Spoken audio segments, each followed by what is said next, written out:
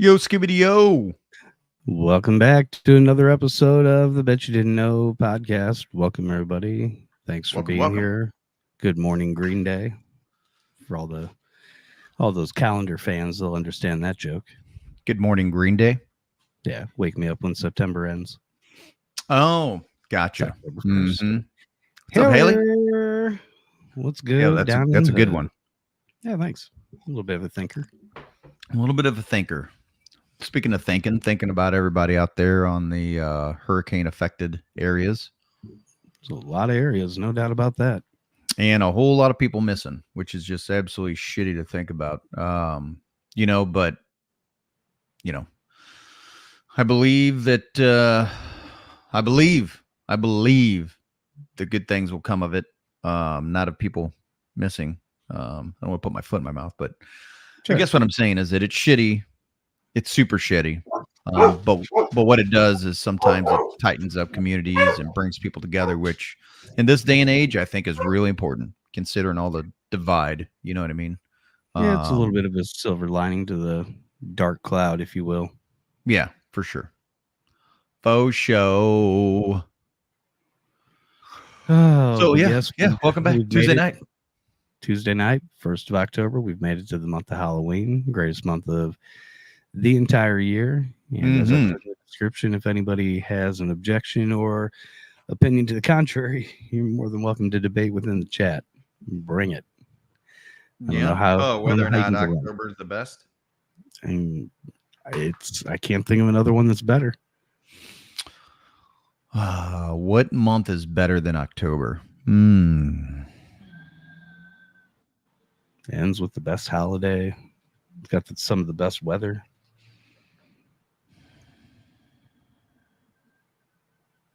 Like I said, I don't know. That's a good one. I think I like December.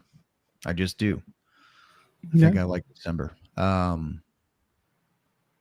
Because it is just that feeling, the cuddling up and getting warm and cozy and fires and the holiday charm and just the whole thing, man. It's good. I like it. I guess. And of course you got Christmas in there, which look, I respect the thought and premise around Christmas, but I don't like what Christmas has become. I don't like that it has become this animal of consumerism, where people have been brainwashed to feel like they're obligated to go out and spend all their money on everybody for everything. I'm just not cool with it. I'm not. Can't argue that too much, but really there isn't much a holiday out there that they haven't been able to sink their commercial claws into. I mean, hell, they go out of there, they create holidays almost to do this kind of thing. I'm surprised they don't have, like a diamond month, Man, I know there's a lot of holidays that revolve around diamonds, or weddings or whatever, but I'm surprised they haven't figured out a way just to really pump the shit out of buying diamonds, something that generally has no intrinsic value whatsoever. Yeah, I think that's the hard sell of it. There's just no practical use for it at all. No, zero. Other than what society has. And they keep finding them. I mean, you can go to Arkansas. Hello. What's up, Michael? Oh, hello. It's always good to understand the tone of the podcast. Is it, Adam, is it in Arkansas where you can go out to the fields and find the diamonds out in the fields? Yeah, there's a couple public mines out there. Yeah. Where you just pay to go in and you just dig around in the field and people find diamonds and shit. Yeah, I mean, there you go. Right? Like, Now, but what I do understand about gold, at least, is that there is just only X amount of gold on the planet. Which, let me rephrase that, because I guess there's only X amount of anything on the planet. But all resources are finite. yeah, I think there was a statistic that like there was not almost all of gold, but a giant portion of gold has already been found, mined, and used and buried and given away, and people have it. But that could just be BS to inflate the price of it as well. It's very possible. I don't know. I still watch, Gold Rush, those shows on Discovery, and they're still finding tons of it all the time. Yeah, millions of dollars a year. So I don't know. I just watched a video of a guy who was on this river, and he goes, apparently on this river you can dig anywhere and find gold on the beach, anywhere on this river. So he's like walking down, he takes his pan, his mining pan, or whatever you call it, and he just throws it and lands somewhere, right? Just a totally random thing, and it lands. He turns around, he walks over there, and he moves it and digs it up, puts it in his pan, walks down, goes around a couple times, and sure shit, there was gold. He's like, see, apparently there's gold anywhere. Dig anywhere, you find gold. And I was like, oh, that's kind of cool. And you can. It's just you're not really going to find nuggets or deep veins of gold. You'll find flakes and things like that have accumulated through time, glacial movement, all that sort of stuff, and subtle in creek beds. But yeah, they've got a couple little travel size gold sluices that I've seen on Amazon that I've been curious about picking up. It's only about $100, so I figure $100, gather up $100 worth of gold in a couple years time. It's worthwhile. Oh, yeah. Bedtime. Yeah. Somebody needs their beauty sleep. What? It's bedtime. James must have had a tough day, busy day. Yeah, I know he had a late day yesterday. He messaged me about 7:00 last night and said he was a couple hours from home. So, boy, one of those nights.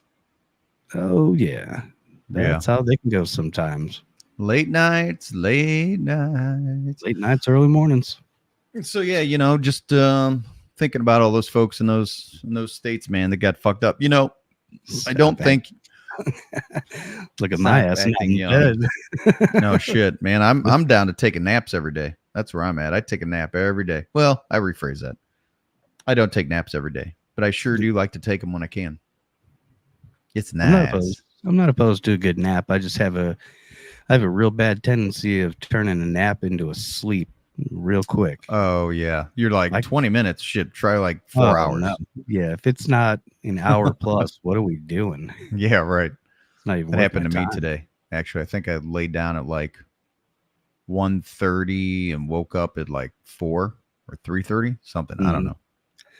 Yeah, there's one that I use that I think it was it Isaac Newton or Albert Einstein? It might have been Einstein, which I found is interesting because I was like, oh, I kind of do that inadvertently, but I always found that if I was, yo, Mike, what's good, man? I always found that if I was going to take a nap and I had something in my hand, and there've been so many times where there was a TV controller or a pair of keys or something in your hand, and you go to doze off, and right when your brain shuts off and your hands open up and it drops and it startles you and wakes you up, and you're like, oh shit, and then you realize like, wow, that was a pretty good nap. Like, fuck, I feel great. Well, Albert Einstein did the same thing, but he would carry a ball around with him, and he would take a nap and he would do the same shit, but intentionally, because he'd figured it out, I guess, because he's a genius. And he would go to sleep, and when he'd drop the ball or whatever kind of ball this was, and he woke up, he knew that was the perfect amount of sleep. So I was like, oh yeah, I'd do that. That makes sense. Not that I do it intentionally, but you realize that after you have done it, that it's like a great little nap. 20 minutes is a little banger. And then in the military, get it in where you can fit it in. Shit, whether it's 5 minutes or 10 minutes, shit. There have been so many times where like, oh, thank God. Okay. Where you'd be walking. Dude, I could walk and sleep at the same time, which is really bizarre. Been there, done that. Yeah. Sounds like a great time. Yeah, it was a good time. It's a good time. Really test your mental fortitude. Yeah. How's everything up there, Mike? So, but yeah, so I don't know that the videos and the pictures really do any justice for what's actually happening down there. You can't really put it in perspective just how crazy it was. I'll tell you what kind of put it in perspective for me is watching these semi trailers go down the river, and they're like this, and only like the back 8 feet of them is sticking out, and you could tell they're down and they're bobbing. That's when you realize the water there is like 20, 30 foot deep. You're like, holy shit, how'd the water get 30 foot deep in the mountains? It's tough to get perspective on it unless you see it on a regular enough basis to where you're familiar with what the landscape is normally to then what it is now. Mm-hmm. It makes it's tricky, but in spots where roads are completely washed out every quarter mile, that's pretty obvious. Yeah. It's going to take a while to get things before and after. This was the town 2 months ago and standing in the same spot, and it's just like a telephone pole is all that's left. Come on, what's good? What's up, Kyle? What's up, Kyle? But yeah, it's excuse me.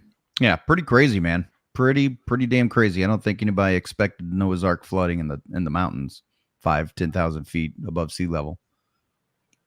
No, I don't think many people were predicting that one to happen. I mean, people got flooded out that hadn't had flooding in 40 years prior that they'd lived there. So, right, just kind of one of those roll the dice things with the weather, or cyclical, whatever it might be. Who knows? Cyclical. Yeah. Exactly. Dick Trickle and cyclical.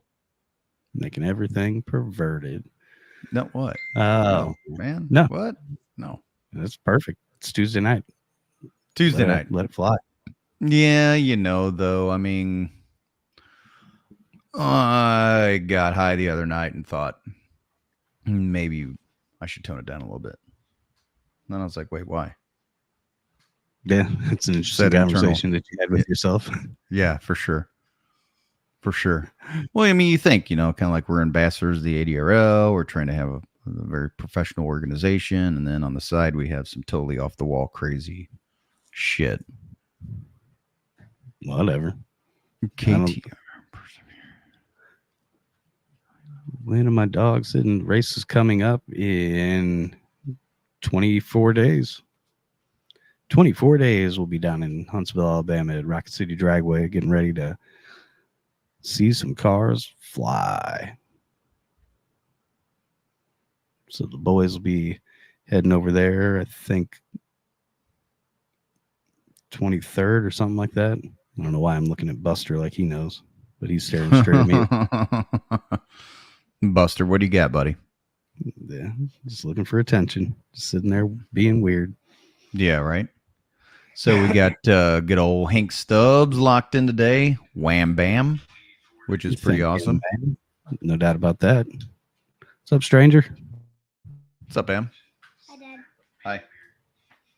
What is going on here? Why is that? That's weird. It's a type of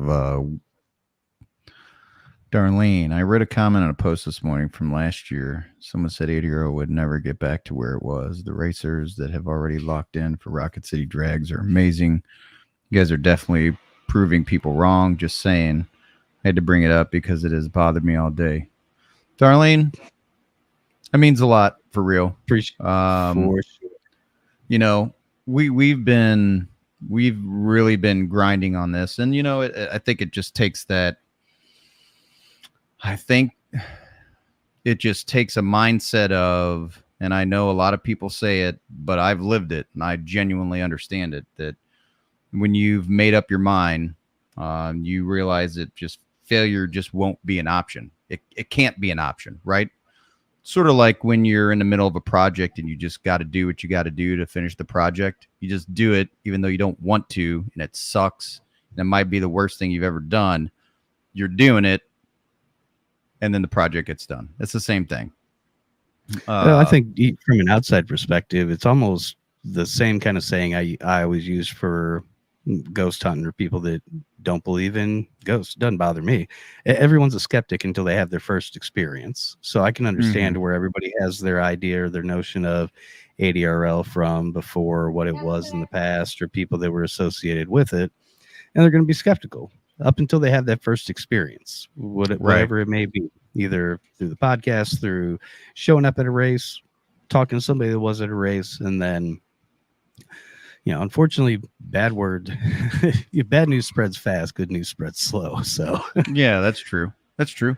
it's good. And like I had a conversation with a guy that's been running the NHRA since the early 60s, right? And we had the same kind of conversation, and he brought up the same thing a lot of other guys did is, you could have just started a new series with a new name, or you could have, just not even done it. And so I kind of explained the situation. I told him, like, hey, look, my God-given gift is the ability to kind of take all the data, all the things that I see, and kind of scrub it out and come up with a final good, best thought out decision, right? And like I told him, I think the ADRL has a rich enough history, and I think that there's more good than bad.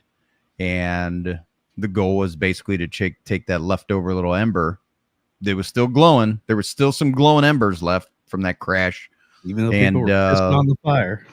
Yeah. And they're trying, but we're fucking punching dongs left and right, kicking butts and punching dongs to keep them from pissing on the fire. Earmuffs, Emmett.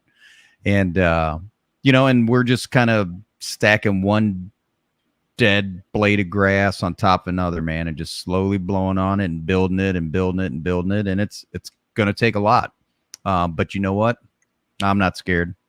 I ain't scared. I'm not worried about it. I've been there before. I know what it's like to win an uphill battle. And that is what this is going to take to get this back to where it needs to be. So anyways, Darlene, I want to tell you, appreciate that, man. Well, man, Mrs. King, Mrs. Darlene, Miss Darlene, we appreciate you. What's up, Em? Hi. We have a teacher named Miss King. You do? Yeah. Yeah, what'd she teach? Classes that people need help with. Oh, okay. And she brings them to their office. Oh, she brings those kids to her office? Cool down. Oh. For a cool down? Mm-hmm. Oh, you mean kids that get a little too excited in class? Like, when they get really mad, they go to Miss King and, go to them and, get a place to help them, cool down. Oh, I guess a little safe place, a little crazy room, a little spot for them to chill out a little bit. Mm-hmm. Maybe Miss King kind of talks them through their feelings a little bit. Miss Baker's also gone. Oh no. Yeah, the school system's all jacked up, right, buddy? Yeah, a lot of a person in second grade had a teacher left, and Stevie's third grade teacher left, and Miss went on. And also Miss Baker left, and all the teachers are leaving, huh? The last principal before Miss Carter, the Kelly. Mm-hmm. That the principal, the real principal, not the other people, just the real principal. Gotcha. Yeah. And the old one, she was Kelly. Mm-hmm. I don't know. Maybe, yeah, it was Kelly, and now it's Miss Carter. She's actually really nice. Mm-hmm. Hey, gang, looking forward to Huntsville. Oh, there's Likewise. John. What's up? So are we, man. So are we. 24 days and clicking by quick. That's right. Hold on one sec. All right. As you can tell, we had that planned and scheduled. So how's everybody doing out there? Let's see. Now that Ryan's not here, you know me. Any chance I get to stray away from drag racing conversation on Tuesday night, I'm going to jump on it. So as John Sullivan was just saying, we're all looking forward to being down in Huntsville, which, of course, anytime I go to a new town or go to a new spot, first thing that comes to my mind, first thing I always want to know is what's the most haunted places or what's haunted down in Huntsville. So Ryan's back. Yep, I'm here. All right. I couldn't let everybody witness me beating my kids. So what do you mean? That story tied together seamlessly. do I have blood on my face still? with people we're all familiar with. Kids are I'm just joking. Kids, no, I know. Yeah.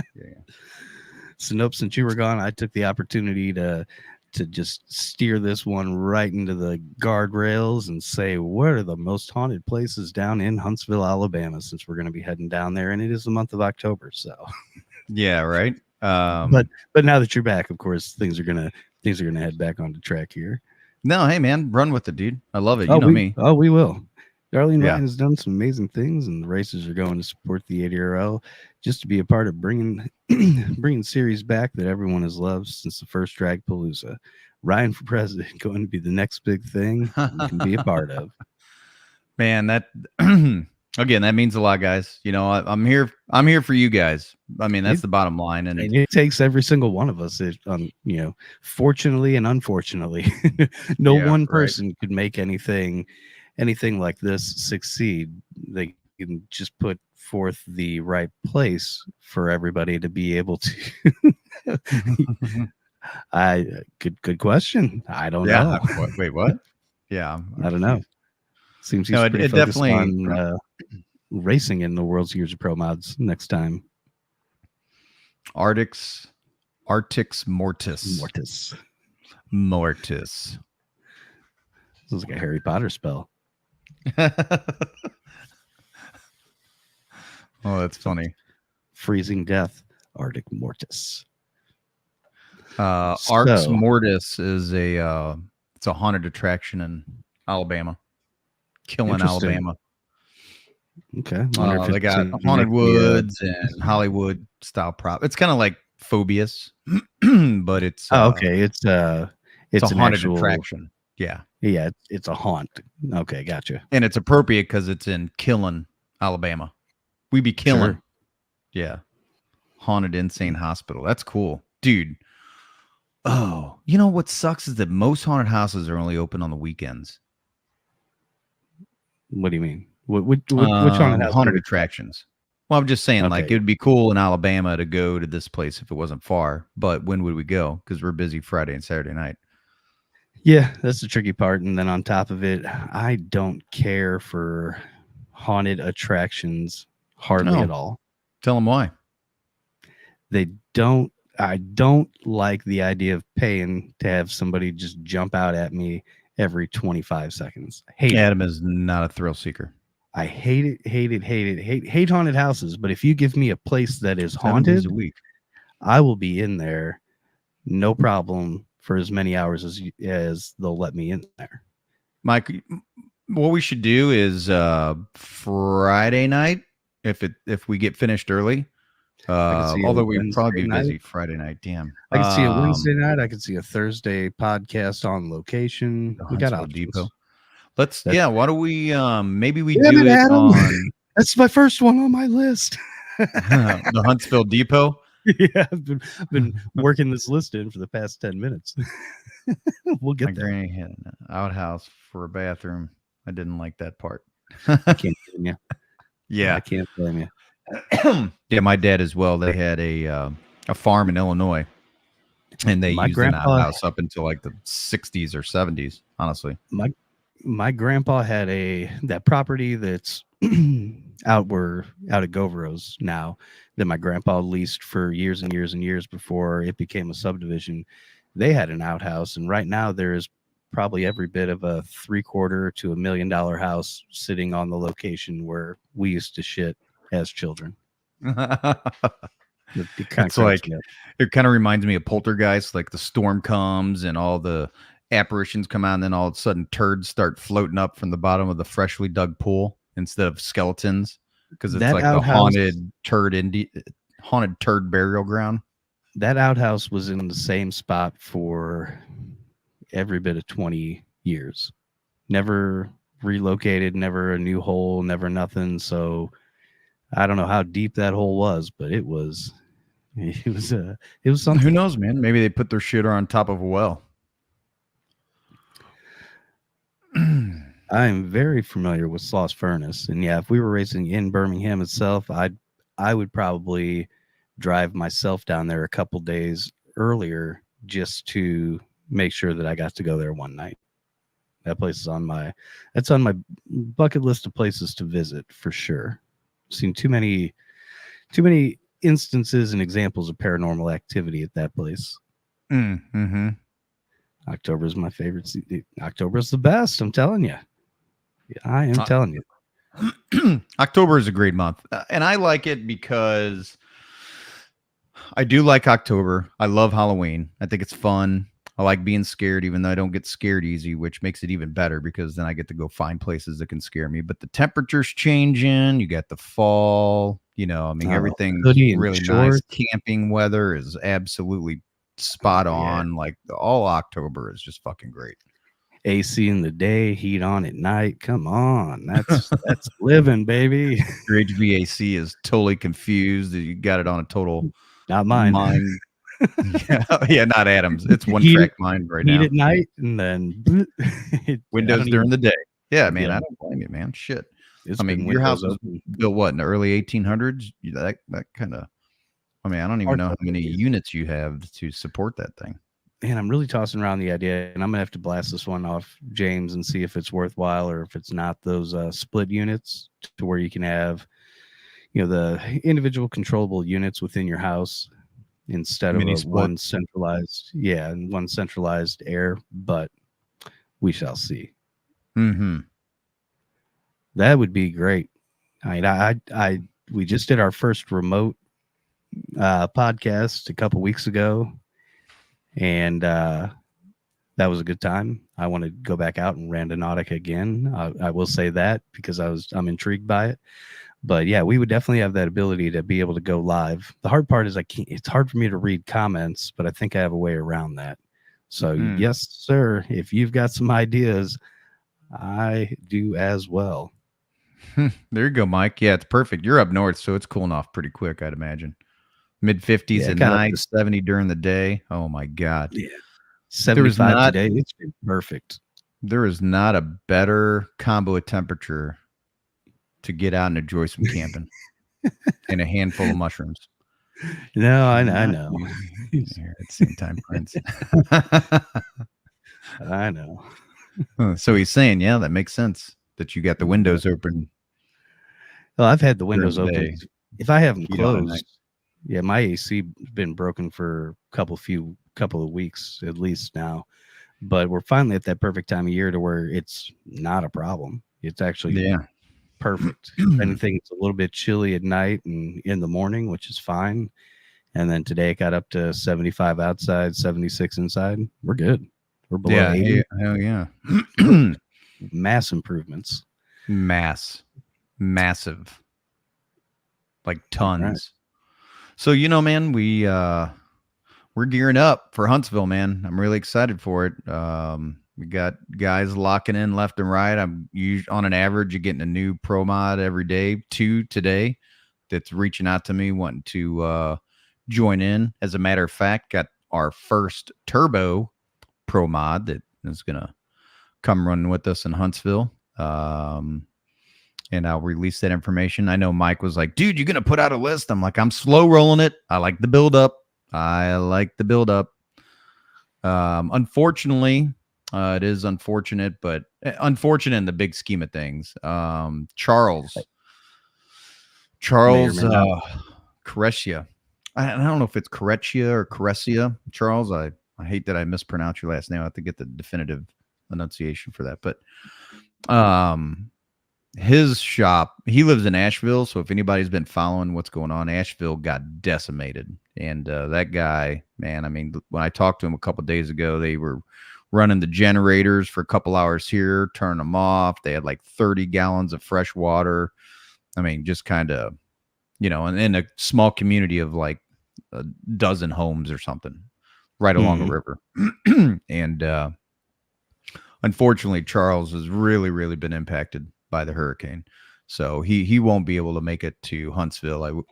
Obviously we wish he could be there, but Sure. more importantly, we're glad that he's safe, and he's safe and fighting through it like a million other people, so Charles won't be there, but we're praying for him and everybody in his community, man, because there's thousands of people that are still, or 1,000. I don't want to embellish, but at least 1,000 people unaccounted for right now. And that's got to be a really shitty feeling, honestly. So not to bring doom and gloom, just saying we're locking people in, but Charles is not going to be able to make it due to his impact being there in Asheville, North Carolina. I wish I had animation skills. If anybody listening has animation skills, maybe I'll bounce this off some of those high school kids I talk to.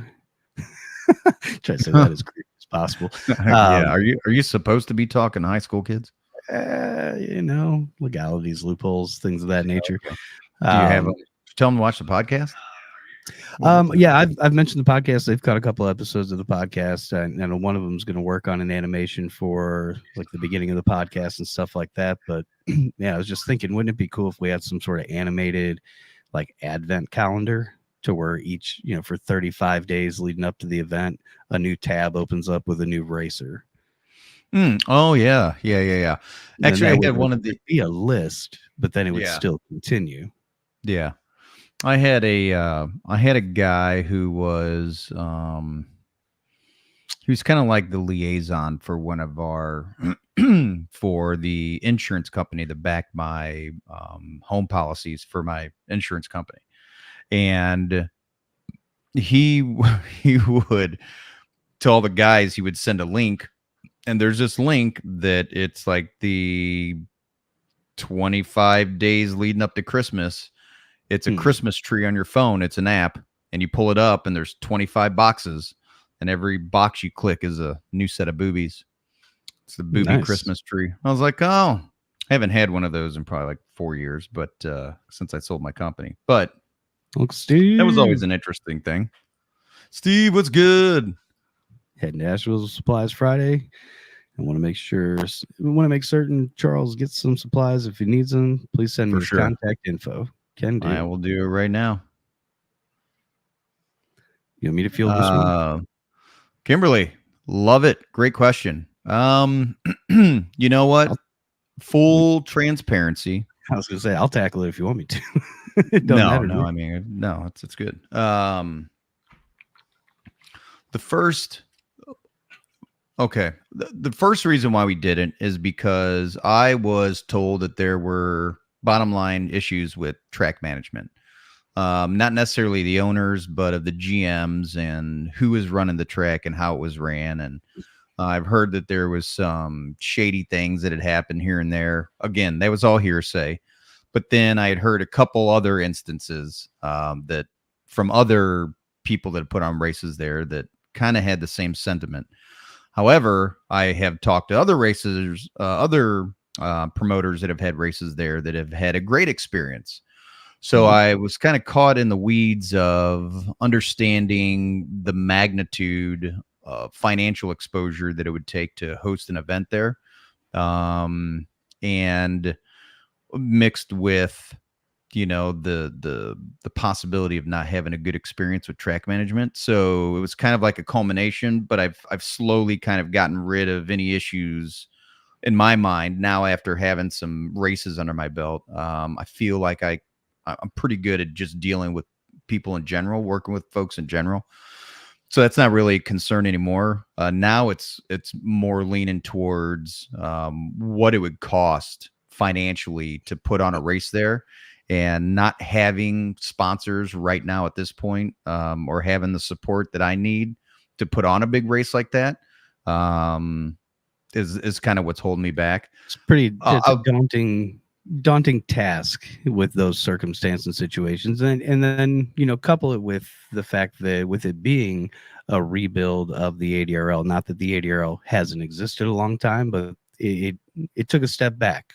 No one can deny that, and we're building back up to that. So as much as, trust me, we live 40 minutes from there as opposed to 13 hours from Rockingham, 10 from Montgomery, 10 from XRP, the places that we typically race at. So the prospect and an opportunity for us selfishly would be amazing to do that there, because it would give an opportunity for family and friends of ours that aren't, directly associated to drag racing, but peripherally interested in it based upon our involvement in it, the opportunity to be able to actually see what we do live and in person, which would be amazing. But for me, the idea of having to currently be able to fill those seats is a daunting proposition.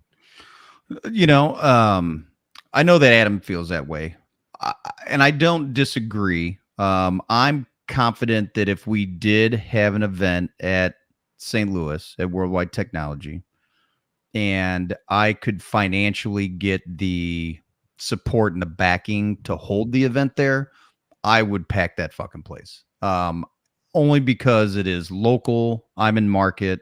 Mm-hmm. I know so many of the business owners. I wouldn't have any problem per se getting some support locally. But it's that, it's almost like that undue pressure of saying, okay, I'm going to commit to putting a race on at this track. Here's what it's going to cost. And then me spending all of my time, along with trying to plan other events to build, really the local businesses would be supplemental. But the support that we need is on a much larger scale for me to feel confident pulling the trigger on that, and then me being able to go out and find supplemental. I know that may make sense. It may not make sense. It's, but to answer your question, it's kind of a long-winded answer. Please skip CB and go to the track owner. We all know who CB is. Thank you for the response.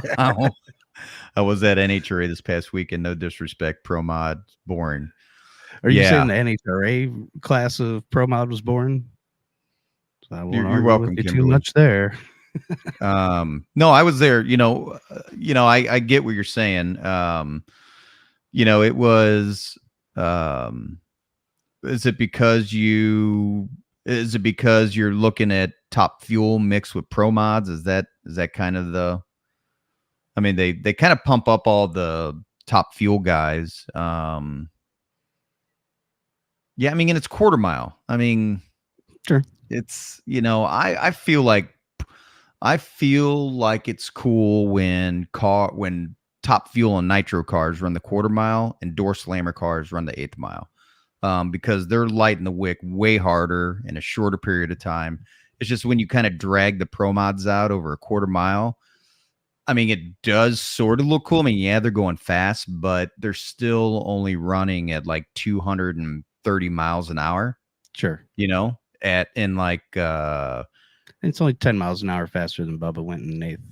Right. I mean, I'd rather watch them go 220 miles an hour in an 8th mile instead of 230 or 240 in a quarter mile, So, yeah, I totally get it, Kimberly. No, I love Pro Mods. They're my faves. I felt like I was watching Pro Stock when Pro Mods was running. That's what'll happen when you get organizations out there that want to take these beasts of a vehicle that are built for nothing but power and speed, but then you want to throw weights, restrictions, all these other things onto them. It's gonna. Kimberly, let me ask you, Kimberly, why do you feel like watching the Pro Mods at the NHRA event was like watching Pro Stock? I'd like to get your feedback on that. This is very valuable feedback. Why do you feel like watching the Pro Mods at the NHRA was like watching Pro Stock? That'd be really good. I'd love to hear this. If you don't feel like typing, I'll Well, she Pop does. No, she's a great typer. Really. yeah, I'm just saying if you don't feel like typing, the link to join's right in the chat. Oh yeah, I- great point. You could I ain't always just scared. jump Yeah. on. If anybody wants to pop in, got something to say, pop in. Yep, This is it's there. Tuesday. It is Tuesday. That is right. But yeah. Yeah, I could see worldwide technology in our future. I'm not. Yeah, I Gonna, mean, look at definitely, but- it's not off the list by any stretch. Right. I mean, yeah. I don't know what I was going to say. I think it's just a matter of as the ADRL grows and as we're adding more races into the season, everything like that. It's going to be it'll become almost a no brainer that it'll fit and it'll have a place. Yeah, I mean, I absolutely, for selfish purposes, would love to put on a race, and it's like dead smack in the middle of the United States, But yeah, I mean, I don't think that. I mean, there must be a reason why Keith Haney doesn't put on an event there. I don't know if it's because he doesn't want to pay the money to rent the track and only pack I think a fraction of the stands, or maybe he wants to and they can't agree on terms or something. No, has he? Yeah, they have. Midwest has put on a race at Gateway at Worldwide Technology. I thought the only local race they did was at Flying H. I think Flying H just opened up this year, and they've been around for a lot longer than this year. Boom. Yes, he does. See, I think Flying H might become kind of one of their new big spots, but yeah, I know I've seen them advertise that they'll be there. Oh, okay. Virginia. See, I think there is a place for it. It's just, like you said, it's mitigating some of the exposures from a financial aspect with the inclusion of partners in this to get it to that spot. But even without that, I think we still have a path towards that being a very good possibility in the future. For sure. And at Flying H too. I like that track. That's a pretty good track they built there. Pretty good track. It was interesting that they have that incline at the end. So I've never seen that in person. So that'd be a new twist. The what? The incline in the shutdown area. It's where the track is on an incline. Yeah. Amen. I agree. Fingers and toes. Crossed. Yeah, right.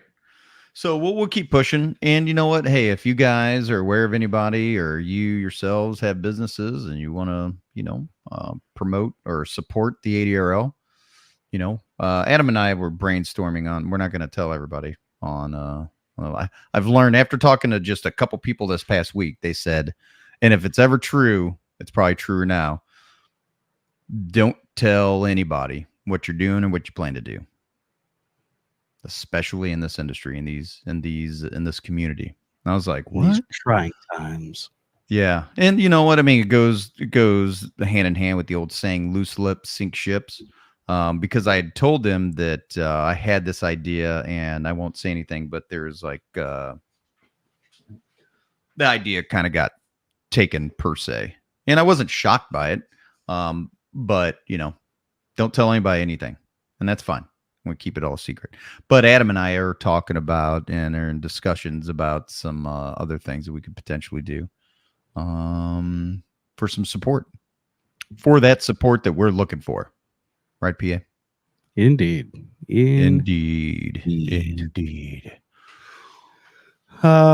So Huntsville's historic depot was built in 1860s, the oldest surviving train depot in Alabama. While a train depot doesn't seem the most likely place for ghosts, the Huntsville depot is said to be haunted by Civil War soldiers. In 1862, the depot was occupied by Union forces and used as a prison for Confederate soldiers. The depot, now a museum, has preserved the graffiti that the soldiers left on the wall, along with their ghostly spirits. The ghosts are mostly sighted on the second and third floors. There's also reports of a specter of a train engineer still walking up the platform, making sure the tracks are clear. That prison graffiti still be in there. That'd be pretty cool to see. The what is it? Prison graffiti? Yeah, from when it was a Confederate prison. There's Oh yeah, and they were graffiti probably on the just like digging in the walls with sticks and shit. Yep. Yeah. It's amazing some of the art and things that they'd create, and even trench art from like World War One. Some of the stuff they would make out of used shell cartridges and artillery shells was crazy. Really? Oh yeah, if you ever check out any trench art, No. check it out. It's pretty interesting. No, I've not ever I've never seen that before. Let's see if I can find a couple examples of it. Let's see if we can find some things out. How many enter at the upcoming ADRL race? Great question.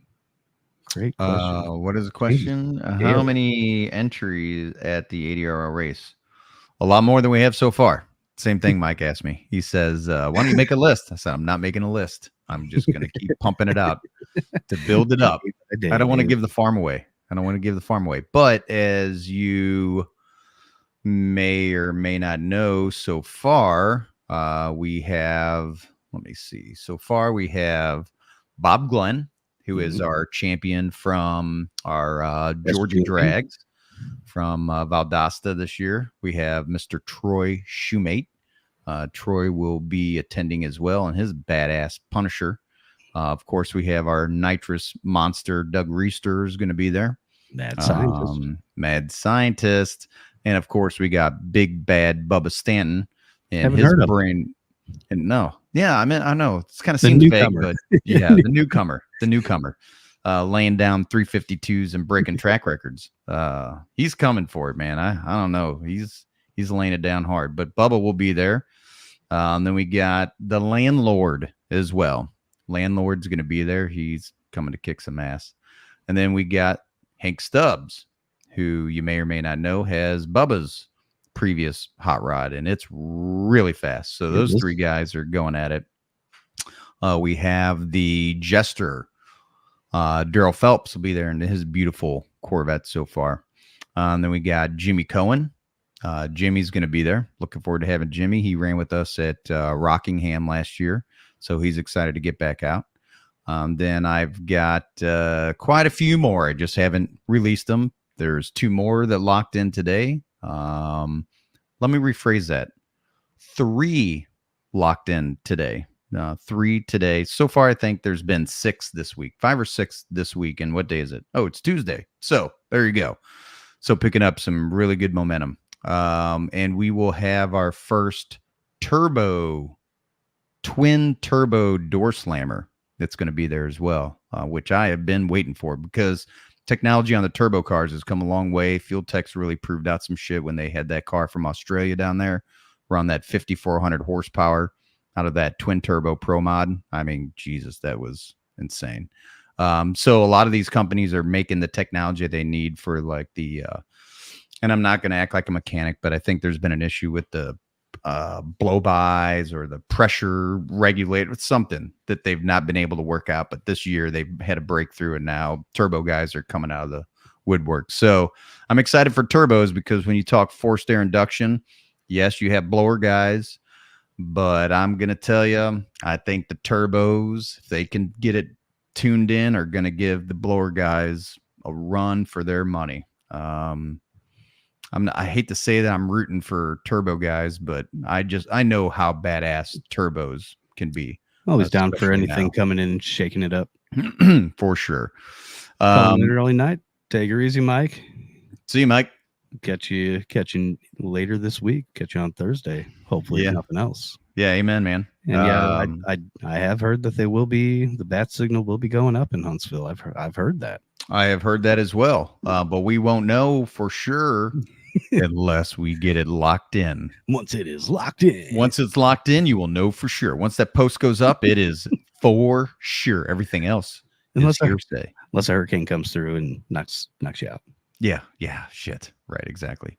And then we're a little like, you know what? I'm a little a little disappointed in the dragster class. Not for anybody participating, but for James.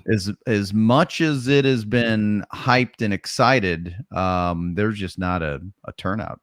We got James is going to be there. We got obviously Mr. Sullivan and his altered's going to be there, and we've got a handful more. But it's just not the kind of traction that I was expecting. However, this week there was some inquiry about a dragster class, and they wanted to know if it was similar to PDRA's top dragster class. And I said, you know what? Sure. I don't have any idea about Similar. PDRA's top dragster class, but I will tell you this. It's similar. It's just There are no rules. Yeah, that's the difference. Follow the NHRA safety guidelines and no nitro. No nitro, no weight, no rules. Follow the NHRA safety guidelines. And he's like, dang, all right. So that was another guy. So and we extended the class to funny cars because we had some That's right. inquiries, so there's a possibility of a little bit more of those coming through and coming in. And True. hopefully that'll add some fun and excitement to the mix as well. True that. Yeah, I'd like to get some funny cars down there. And apparently there's been scuttlebutt of some nitro guys showing up. I can tell Not you to there's run in any class, but more of an exhibition. going to be a half damn army of index cars there. I can tell you that much. Oh, yeah. And then, as you guys may or may not The know, Verge we are bringing teaming some- up with Verge. So there certainly won't be any shortage of vehicles. I'll tell you that. I mean, there should be every bit of 140, 150 cars there, which, maybe is not a lot for a good race. I mean, I'm hearing of these events, where there's 300 to 500 entries, and it's just crazy. Now that is bracket racing. I know that Brian and Tyler from Verge have just crazy turnouts on some of their huge purse payout events. And when I was seeing 618 and 737 at Worldwide for that $1 million race, I was like, Oh yeah. God. Yeah, that's crazy, dude. Logistics of it would be incredible. Yeah. Well, hey, whatever. That's just a part of it. Yeah, you get used to it. I mean, you don't start off with that. You grow into it. So I'm sure it's, you learn it as you go with it. It's not like the first year, maybe. Well, I mean, boy, wouldn't that be lucky if the first year you run an event, you have 600 cars show up. I mean, I guess. It's a dream or a nightmare. I don't know. I know that's like borderline a nightmare, I think. I do not want that many cars. I like 5 or 6 classes. That's cool. Let's have a good 16 car field, maybe an AB class, whatever, 2 days. Let's have fun. Let's go in, streamlined, tight event, kick some ass, in, out. Nobody gets hurt. Nobody gets hurt. Have fun Friday and Saturday night and make it a memorable event. That's really the goal for me, is to make these events memorable, not just for the racers, obviously, but for spectators as well. It doesn't take 600 cars to put on a good event. I mean, no, man. That's that many can be detrimental to your event. There's a finite line and a fine line in there somewhere, where there's a tipping point. But I'm not in fear that we're gonna reach that. We're gonna be right at a good, healthy, fun number. I mean, for us, we're, in my mind, I'm like, fuck that. I do not want that amount of cars ever. And I would say that our business model, that doesn't help our business model. Now, if we had an organization where yes and no, it was bracket racing and we were charging everybody entry fees and buybacks and all that kind of shit. Oh no! Don't trust me. Don't think I didn't go and grab my calculator and take 618 times what the entry fees and things like that were for the racers, and come up with a number. So let's not say the 600 plus racers wouldn't be advantageous in some way, shape, or form, because that's not true. Sure. But for us, I don't think that juice is worth the squeeze. For us as an organization, it's not the way that's not the way the ADRL. The ADRL isn't looking to make profit off of the racers' back. Right. That's crazy. Yeah, that's not how we do it. Sure, get some ice cream while you're there. They have the best ice cream. Wait, in Huntsville? Damn, I do like ice cream. That's why I'm concerned. Like in Huntsville, is it because it's Bluebell? Is that why? Because now we have Bluebell ice cream. Finally. We didn't have Bluebell ice cream before. I love going to Alabama just because I could get boiled peanuts and Bluebell ice cream. We have Bluebell ice cream now, but we don't have boiled peanuts. Anybody else like boiled peanuts? I love boiled peanuts. No. I mean, I love it. I will eat a giant cup at one time. They churn it at the track. Really? Giddy up. Awesome. I heard all they had was pimento cheese sandwiches and I don't know what else. Instant mashed potatoes. It's the mashed potatoes. I'd be happy with that part at least. For sure.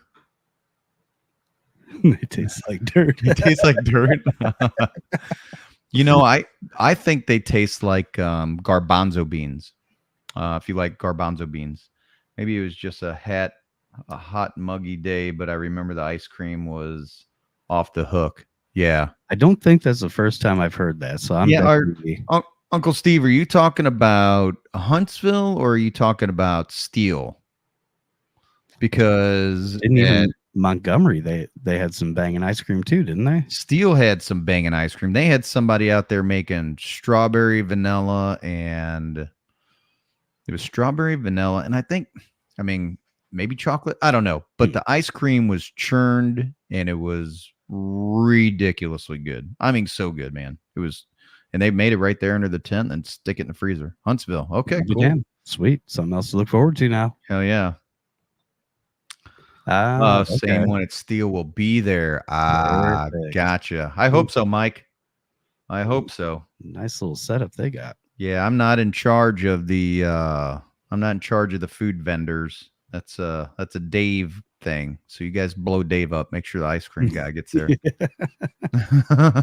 Yep.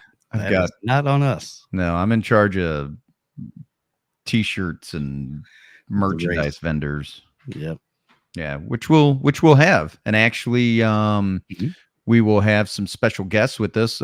Corey and Amanda Ford will be there in Huntsville with us with their awesome truck. As you guys may know or may not know, they own Race Ugly and Stupid Fast Racing and Fast Cars, Hot Chicks, and Ice Cream. I like Fast Cars. Never mind. I'm not going to say it. Yeah. Never mind. I think Steve nailed it. So he nailed it. No, that's good. No need to reiterate. That's America. The ice cream guy at Galat Churns homemade ice cream. You can actually watch the old time churn work. Nice. Good night, guys. Thanks again for answering my question. You're welcome, Kimberly. No problem, Kimberly. Anytime. Love you. Sweet dreams. Have a good night. Catch us on Thursday. We talk more drag racing stuff on Thursday. Oddly enough, this isn't our drag racing covering podcast, but no, this is not supposed to be a drag racing podcast.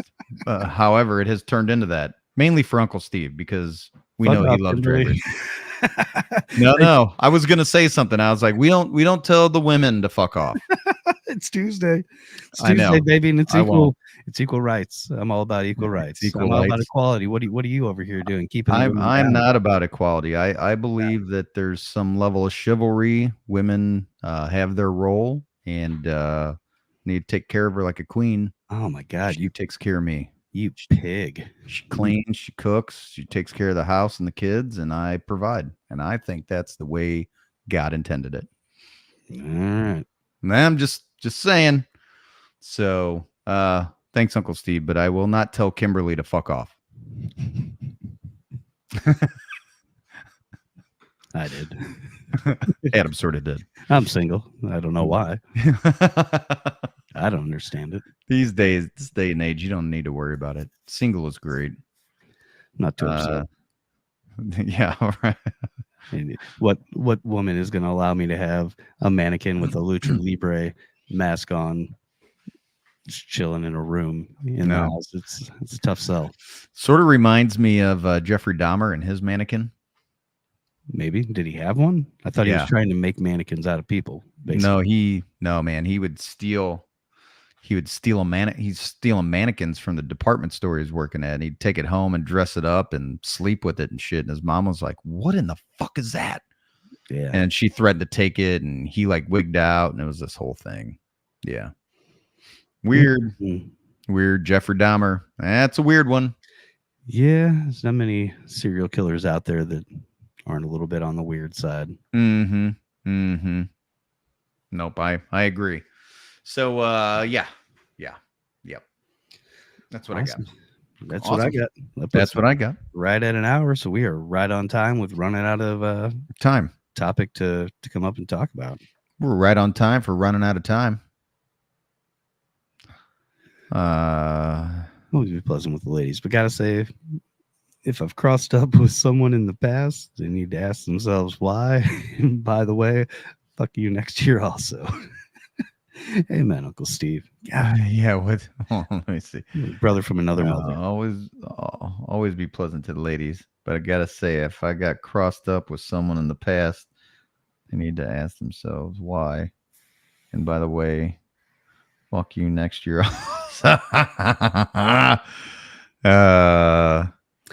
Amen, George. I'm right Thanks, there with George. you, and I think it's going to get there. If not, I know it'll get there. I know it'll get there. It'll be built on a better ADRL foundation for sure. It's like everything, man. It's everything. The way it runs has its time and place. And the ADRL back then was big for what it was doing, and it had its niche for that time and place. I believe the ADRL is going to provide a niche for this day and age on a particular platform, our own secret sauce. It's what we're all about, and it will be great again, just maybe not in the exact way, but it will be great again. It will be. There's no doubt in my mind. No doubt in my mind. It just it may take a little bit different of a platform. No, I shouldn't say platform, but Different. I mean, hey, model. look, we're still grassroots, right, Adam? I mean, we're still grassroots. Peace. Sure. It's time for me to get after it. ADRL for life. Damn right. Fuck off, Uncle Steve. Sweet dreams, Uncle Steve. Fuck off. You guys were killing the other organizations. Well, And that's the sad thing is that when the ADRL kind of took that little bit of a backpedal, it allowed other organizations to kind of take advantage of or fill a void, if you will. And then unfortunately some other organizations able to sprout up within that. But that's the nature of competition within really any business or anything out there. And that's right. And just remember, these other organizations that are wanting to somewhat compete in our space didn't even exist when the ADRL was at the pinnacle back then. All these other organizations basically took the idea and ran with it because the ADRL was, and you can't blame them. No, they took the idea and then they slowed it down because they threw weight on it and they wanted to have parity. Right.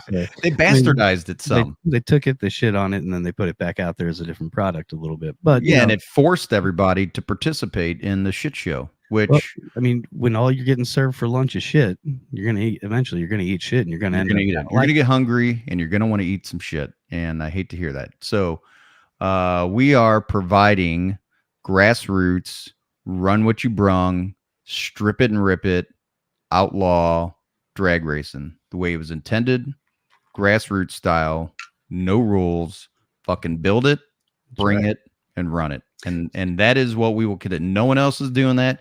I tell you, as we get traction, Prince Adam, and everybody listening, I know that as we get going, other people are going to try to compete, right? Yeah. Because they still believe that, I'm you still have all the ride or die still behind you. Yes, man, we do. Laugh all you order shit, eat shit. Damn right. That's right. And you got it right, Darlene. And look, we got guys building them. Mm-hmm. We have guys right now building in their garage several cars, some a couple, some several. No dreams on my end tonight. Hopefully everyone is at home by now so I can cross Dallas tonight without lifting. Amen, man. Full throttle, pedal to the metal. And the funny thing I know about Dallas is they love driving their full throttle. He's been driving all night, man. Sweat on the wheel. But yeah, Darlene, you're right. We still have a ton of support, and we're taking that. And like I said, there's still that little bit of a burning ember that we're going to turn into burning it down. We're going to burn it down. Still people out there that don't even know, oddly, and it'll just take time for that word to spread to even know that there is a resource or another outlet. I'm sure there's racers out there that don't want to run with weight. I mean, like we said before, who wants to You spend sure all that there money is? to go slow? Right, because I don't think a lot of people realize still, and and we're working on it. I go to all the races that I can. I get out there and try to promote. I do my absolute best to go meet up with the guys, fly out of town, go to these races. And it just to let people know that we are relevant and to hop on board because it's coming. I send you something for Prince Adam. I send you something for Prince Adam. Amen, George. I love that, brother. And so we're gonna keep it rocking and rolling. There's no doubt about it. Yeah, tell your kids, tell your husbands, tell your wives. We're racing everybody out here. Yeah, we're racing everybody out here. I love that. Yeah, no shit. We should redo that song. I could get him to probably. You could probably get that guy to do a cameo to say. Dude, wouldn't that be great? Get him out to an event. Yeah, record some shit and get the whole thing going. Out here. We're racing everybody out here. Hide your mama, hide your daddy. Antoine Dodson. Antoine Dotson, that's right. Oh my god, he was like the first dude to actually go like seriously viral over some shit. He was there was Pearline Brown because I got bronchitis. she had a little bit before him. Oh yeah, that's right. That's right. That's right.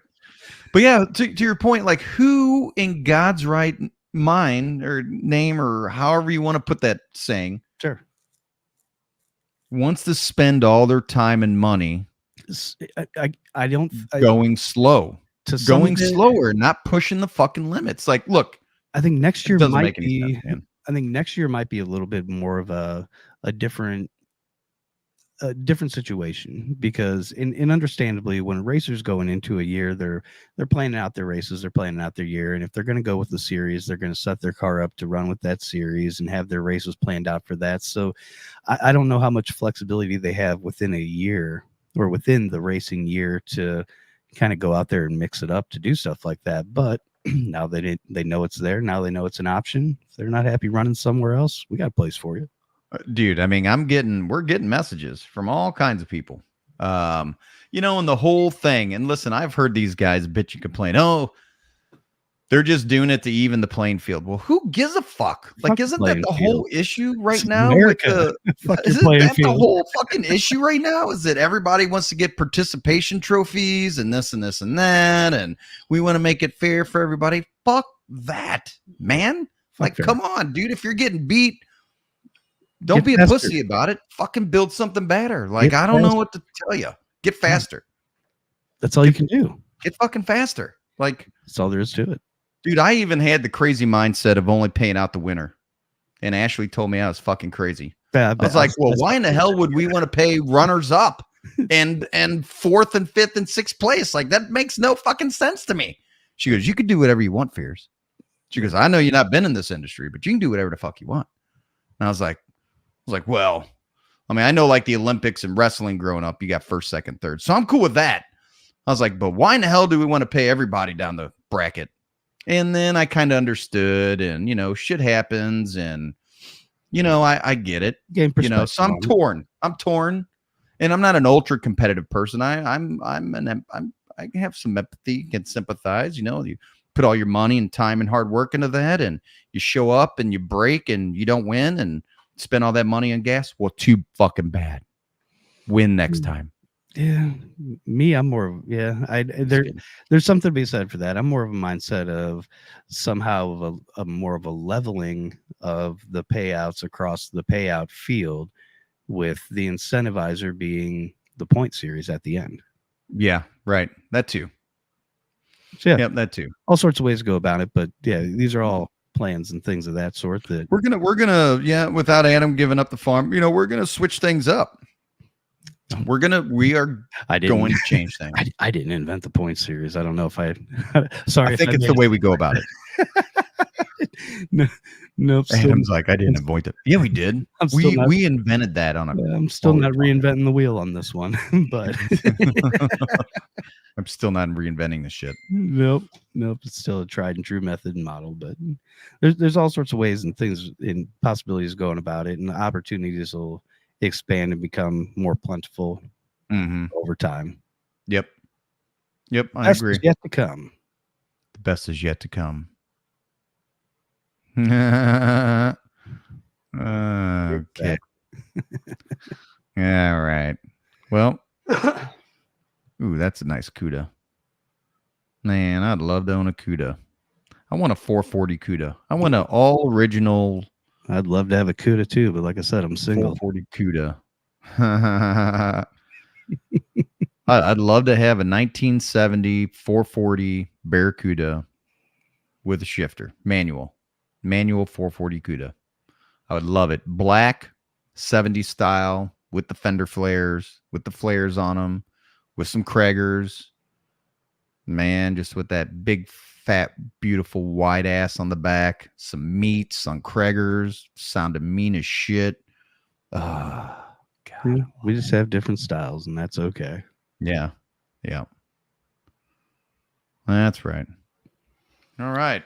All right. Another successful Tuesday. Yes, indeed. Thanks for everybody. Thanks everybody for joining in. Much love. And I just hope 80-year-old gets MMPS back for NHRA ruins the class like you do. You know what, George? It's interesting you said that because I had a phone call from a Mountain Motor Pro Stock gentleman who was so absolutely pissed off at the PDRA. Well, we've never heard that before. Who was so pissed off at the PDRA, how they felt like they were getting treated like redheaded stepchildren. Purses weren't going up, even though the PDRA had landed, I guess, these larger sponsors or something was going on. And man, I'm going to tell you, it was several calls that these Mountain Motor Pro Stock guys were like, fuck this. Like, we're doing this. We're paying all this money. We're showing up. They're not paying us out. The money is not being spread out to us, or, you know, they didn't bump our purses, and, you know, what the fuck, but the fees are still the same or going up. I don't remember what it was because it was such a tangent. So, you know what? I'm not opposed to putting a Mountain Motor Pro Stock class together and calling it something different. Is there a way of making it an extreme Is there a way to make it extreme Mountain Motor Pro Stock? At what point does it cross over to blower? I'm just asking these things out to the world because I don't know, and I haven't dug enough into it as of yet. But yeah, I mean, if it would fit the model or anything like that with the no weight, no this, no that. So essentially, they can have up to 840 cubic inch motors, and I think they get up to like 2,000 horsepower. In a quarter in the NHRA, they do like 6 seconds, 225 miles an hour, which is pretty quick. It's almost like it's almost like Pro Mods. It's not far off.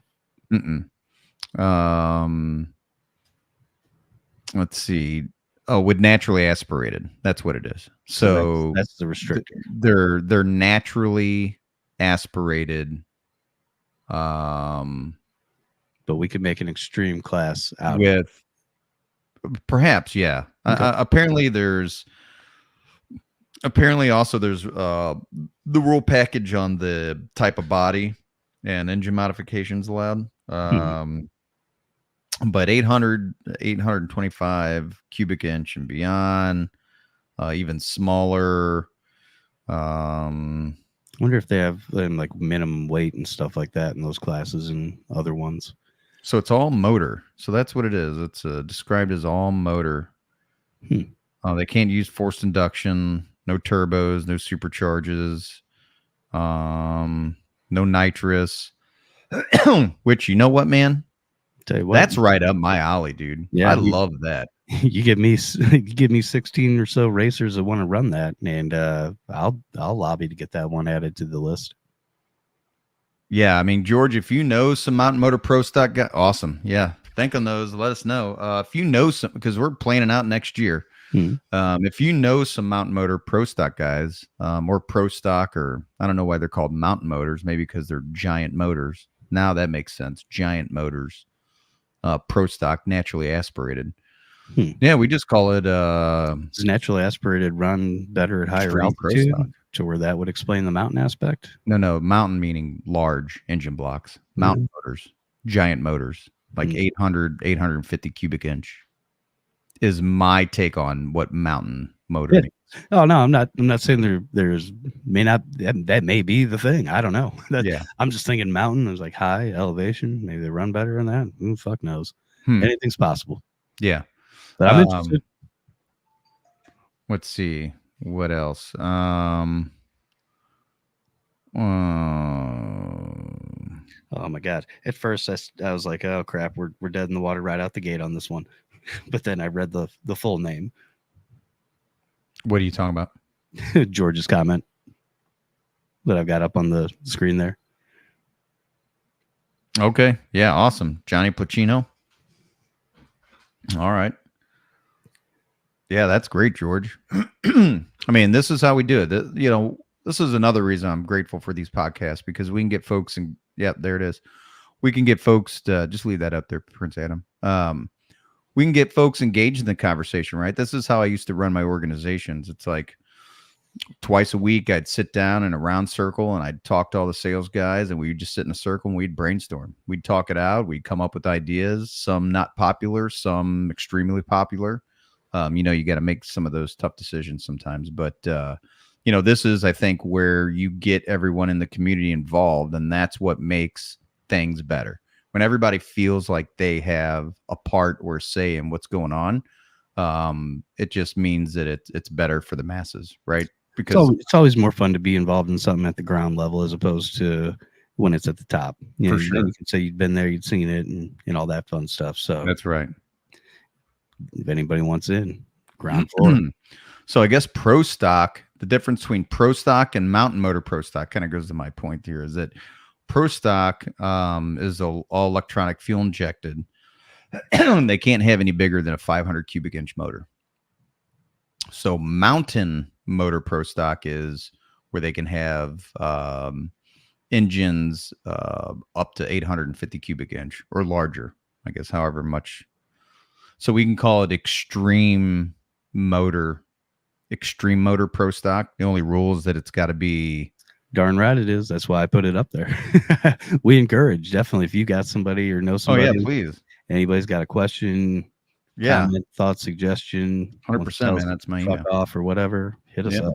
Shit, I'll even send me a message, George. I'll give you my phone number, man, so we can stay in touch. But yeah, so we could maybe do like an extreme mountain or an extreme motor, or we'll just call it extreme pro stock, where there is no limit on the size of the engine. However, it does have to be naturally aspirated and use fuel. Well, just naturally aspirated. That's it. If they want to do fuel injection, they can. If they want to use carburetors, they can. Well, I guess though fuel injected wouldn't be naturally aspirated, or is it? Bounce it off. Bounce it off Eddie. It would not. Yeah, bounce it off Eddie. See where we can have fun with it. We'll call it extreme pro stock. And let's see.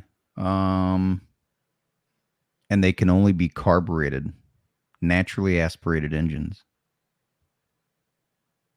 How crazy would that be, dude? Yeah, I feel like that may limit the amount of racers that you'd probably have the potential of drawing into the field. But that's the class. That is the class. That's what pro stock is naturally aspirated motors. Yeah, I don't know. I'm not overly wowed on the pro stock part of it yet. Not opposed to it. But what it is that it's. I mean, yes, I don't know where the extreme part would come from. Because there's no limit on the engine size. But there is on pro stock. Not if it's extreme pro stock. You're missing the point, I think. Okay, so you're saying take the mountain out of it. So I think that would be confusing. Yeah, that's why I was calling it extreme pro stock. So there is no limit on the engine side. So there's pro stock, which is limited to 500 cubic inches. Mm-hmm. Then there's mountain motor pro stock, which can be 800 to 825. Mm-hmm. Maybe it can go larger. I don't know. But if we just call it extreme pro stock, there is no regulation on the engine size. The whole thing about pro stock is that it's got to be, if I'm not mistaken, it has to be naturally aspirated. That's what that is. Naturally aspirated, which means no blowers, no turbos, no nitrous, no pro chargers, nothing like that. It's basically just carburetors. Or fuel injected. That's the only thing I don't know. Is it carburetors and fuel injected? Maybe George can No clue on that part. George is do you know, George, if you're still on here, is fuel injection legal in Mountain Motor Pro Stock, or is it just carburetors? Curious. I'm curious about that. Not sure. I almost wish there was a better name, because I think the Pro Stock part is the part I don't like. It feels like people are gonna associate it to Pro Stock too much, and not the extreme aspect of it. Yeah, because I think fuel injection is still considered naturally aspirated. So, but in the racing community, if you called it extreme Pro Stock, the Pro Stock, I think, is just referencing naturally aspirated. I mean, you could call it extreme aspiration. Extreme. Call it free solo for those extreme mountaineers that go up with no ropes and shit. Yeah, free solo. Free solo racing. Free solo racing. Yeah, right. That's hilarious. But we could come up with some creative names, but yeah, I like it. Fuel injection. Yes. Okay. Mike said fuel injection. Yes. So naturally aspirated is carburetors or fuel injection. So we could call it, I like, everybody knows what Pro Stock is. It's naturally aspirated engines. Anything before the Pro Stock is a delegation for the engine size. So if we called it, and stock appearing cars. Right. That's the other huge thing is they look like stock appearing cars. They're not stretched and raked and exaggerated. Right. Mm-hmm. They're stock appearing cars. So it basically looks like somebody went to a damn car lot, bought a car, put a roll cage in it and some slicks. Gotcha. No pro mod bodies. Gotcha. 100%. Is that sort of like a steel roof, steel quarter kind of thing? Feels like it's bordering along the all steel, all glass, just bigger motors, but I have no idea. I'm for it either way. Well, I think all steel and all glass is a little different than the steel roof, steel quarters, like what it's more stock, I think, but yeah. Doesn't Sullivan's daughter have a Pro Stock Corvette? I wouldn't doubt it. I do believe so. I think I want to say we were doing that. He was on as a guest and he was out in the shop and he had the other red Corvette. And I almost thought he said he was doing it for Top Sportsman for her to run. Could be wrong. Shit, and we can make that I love that idea though. It to me, it's almost as attractive as a foot brake class because I like old school. I like banging gears. Yeah, I like aspect. I like hardcore fast. That would be my job this weekend, is get a feel for where the MMPS guys are all going. What guys are MMPS guys? Or ongoing, where their stance is on going ADRL. Oh, gotcha. If there's racers that are looking for a place to race and it adds to the event, and especially if it falls into the ADRL extreme aspect or extreme model, I mean, I'm all for it. I've talked on here plenty of times about my desires for the extreme 10.5, 275 type class and things of that sort coming back. Yeah, I like we could do a extreme 275 or extreme 10.5, whatever we'll call it. Yeah. Extreme 275. We could have an extreme Pro Stock class, our Pro Extreme, our Pro Nitrous, extreme dragster. And then maybe we throw some motorcycles in there, man, just to switch it up. I still want to see the 4-cylinders. That's just me. I think Adam wants extreme 4-cylinder would be wild. Adam wants like I thought you said 6-cylinder. I'm fine with either, but I think I almost think the smaller the engine being extreme, the more fun. To where you can extrapolate the most power possible out of an engine that shouldn't even provide half that type of power. Well, man, I mean, they do that with those 2JZs, those inline 6 2JZs. Yeah, get like 2,000 horsepower. I'm all for that type of class too. Yeah, I mean, a 6-cylinder class, 4-cylinder class, I'm all for it. As long as it falls within that extreme model to where it's, no limits or no regulations outside of the safety parts, same as Pro Extreme or any of our other classes. I don't see why it wouldn't fit and why. I mean, is there any other? There's no other extreme or anything out there series fully extreme. Maybe No, fully extreme, no rules, Yeah. just safety Class here or there. guidelines, and that's right. Yeah, well, look, we know that. So to your point, George, this has been like an ongoing thing, right? Like Isn't it? we genuinely and firmly believe that the term outlaw now in drag racing has been completely bastardized. Now when you see outlaw index classes, that fucking ruins it for everybody.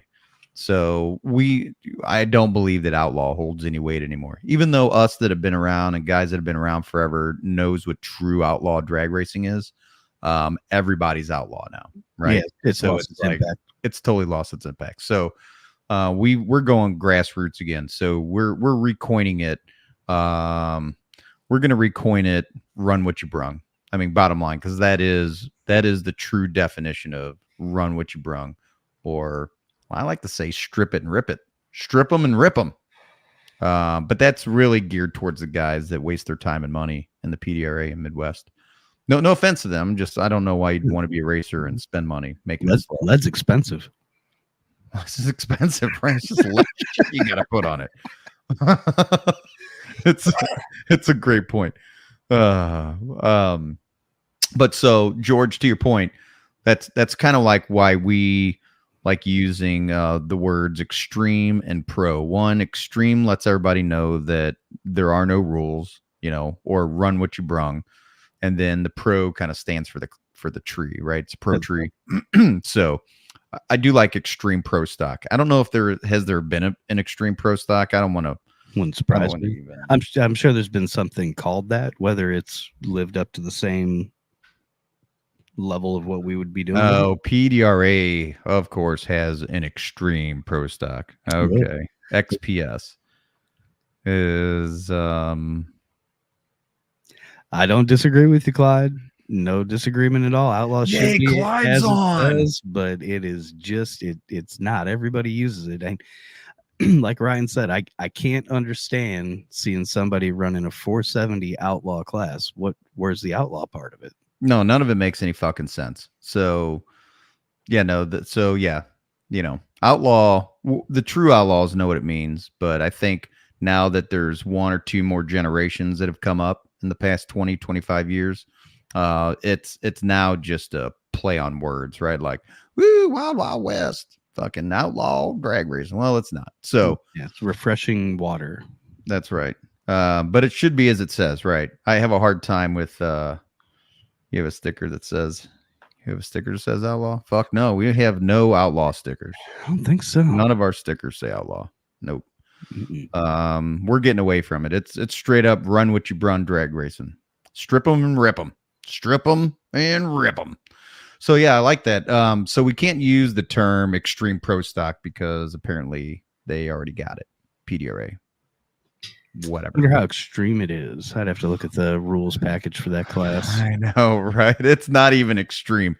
They're going to bastardize it as well. I'm There certain has of it. there has to be something within it, a weight limitation, whatever it is. Well, we'll just call it run what you brung pro stock. Fucking whatever. RWB pro stock or ADRL pro stock. That should really kind of stick it in there. Chassis, driver, there's engine setbacks and ground clearances and all the shit. Doors. I'm kind of looking through this. I mean, it's kind of the normal shit.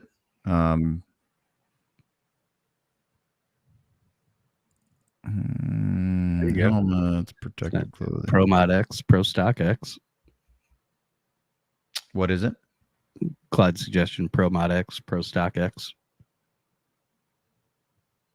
Pro Stock X. Not bad. Oh, Clyde, you're good, man. That's good. I like that. Pro Stock X. We need to talk off these live things where people. Yeah, no shit. We should be drinking and smoking or whatever and having fucking brainstorming sessions off the podcast. Somebody's gonna get this. Oh, Fears and Adam and Clyde were talking about This new class, Pro Stock X. We need to steal that. We need to take it. That wouldn't surprise me because that shit's happening. Yeah, Stealing our ideas. You they'd have nailed it. they'd have ADRL Pro to Stock. do it. That's it, right? Just like ADRL Pro Stock. You know what that means? ADRL Dragster. ADRL Pro Stock X doesn't sound too bad either. No, it doesn't at all. Nope. No, that's good. That's good stuff. So, yeah, Extreme 275 or ADRL 275. Man, I almost like just basically the ADRL is the designation. Like you automatically fucking know. Like ADRL Pro Stock, ADRL Dragster, ADRL Putting a stamp on it a little bit, no doubt. ADRL I don't know, ADRL Blower. Tell you what, speaking No, I of still like Pro Strength 275, for nitrous. I'm looking forward to seeing some of that down in Texas in November. For sure. Yeah, and I've totally dropped the ball on Colin Clyde. Clyde, I've dropped the ball. Man, I can admit it. It's been getting a little fucking crazy here lately, though. Just getting everybody locked in for Huntsville, Hunter's Pill. But we still need to have that conversation because I think that's an amazing class, and I'd love to do that. Yeah, and I then think that'll bring a lot of people to the track too. throw in that no time aspect to it as well, and Mm-hmm. let's have a little fun. Some good old heads up shit. Man, I hate to say it, but man, I don't know. I just hope Luis doesn't get the advantage with his radial tires. Man, ADRL Ultimate Pro Stock, ADRL Ultimate Pro Mod, not bad either. Yep. Yes, sir. Yes'm. Let's see. All right. So, yeah. So if you're wasting your money making your car slower, you're stupid. Clip it. Clip it and send it. Clip it and send it. It just needs to go on the back of a fucking t-shirt. ADRL. If you're wasting your time and money making your car slower, you're stupid. Yep. Who wants to pay more to run slow? That's why I run ADRL. Yeah, I mean, dude, the amount, the and I get it. It's an event, so I get it, right? You know, they want to put on big events and charge guys a few $1,000 to get in and tout this whole thing. That's cool. So either you want to be in the country club or you're a grassroots badass drag racer and you want to fucking beat the ass out of somebody else because you brought some shit that was faster. That's how I like to roll. You know what I'm saying? That's how I'd roll. And if you don't think you can fucking play with the big dogs, then you don't.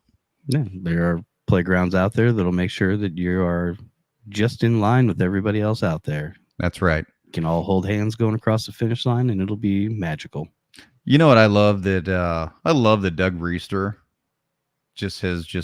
he fucking gets out there with his nitrous car and just plays with the big dog. It's fucking great, right? I love it. I love that he gets out there and runs with those guys. Says a lot about his character, man. But him, man, and Bubba, and you know, even shit like the Pilchers, you know, the Pilcher son and dad, you know, I mean, they're grassroots drag racing, man. They're building it, they're coming out and they're running it. And that's what it's all about to me. So we're gonna carry on with that theme. We're gonna keep rocking and rolling with the our Doug Grown Folk. what is that? Oh, Clyde. Doug Grown Folk. Yep. Yeah, No, right. We this- don't drive Miss Daisy. That's a fact. That is absolutely a fact. Clyde, I'd imagine maybe you are, or I'd have to imagine you're building a rocket ship yourself right now. Maybe you're not. I don't know. I'm not trying to prod or probe or anything, but I hope you are. I sure hope you are, man. Because Saw the concept art. did you? I didn't see. Was there some concept art? Mm-hmm. Oh man, I fucking missed that. How'd I miss that? What the hell am I fucking thinking? No rules cars. That's it. No That's the bottom rules, line. rules. No rules car. no No rules, rules, rules. I know, right? Yeah, no shit. So anyways, man, Adam and I are going to come up with an idea to try to raise some money for all those folks out there on the East Coast who got hit by the hurricane. Keep posted, or keep your eye out. We've got some ideas on how to do that, how to facilitate it, and make sure that money's actually getting to people. So I'm just kind of vetting some organizations, and Adam and I are coming up with some creative ideas to kind of raise some money, because like George Koretsia, who's one of our dragster drivers, lives in Charles? Asheville, and he Charles. Charles. Didn't I say Charles? No, you said George. Oh fuck, my bad, Charles. Jeez, I don't I'm have sure any it was idea George. why I said George. No problem. But he sent me pictures of his place, and it's just totally, absolutely fucking destroyed. So we know Uncle Steve is getting out there and hauling some stuff out there as well. So keep your eyes out, and we'll post some stuff, and we're going to try to raise a little money to send to an organization to give to some people out there. Just kind of try to do our part. I know in the big scheme of things, we may not be the biggest impact in the world, maybe even only fractional, but I think every bit counts, especially knowing that some of these families have lost fucking everything. They've got family members missing. Like it's pretty horrible shit, man. So we'll keep rocking and rolling, trying to figure that out as well. But until then, appreciate everybody joining in. Prince Adam, great podcast. As always, indeed. And we will catch everybody on the Thursday night podcast. Until then, we'll catch you guys on the flip side. Yes, Isn't we that right, will. Prince Adam? Yeah. Oh yeah. No, I was waiting for your normal normal. Oh ending. yeah, no, hey, yeah, we'll see everybody next Thursday. Fuck off. Fuck. I was waiting for peace and chicken grease. That Oh yeah, never peace happened. and chicken grease and fuck off. Bulls All on the parade. above. Yeah, no, And that's all fuck good. Peace and chicken grease and fuck off. We really need to have meetings.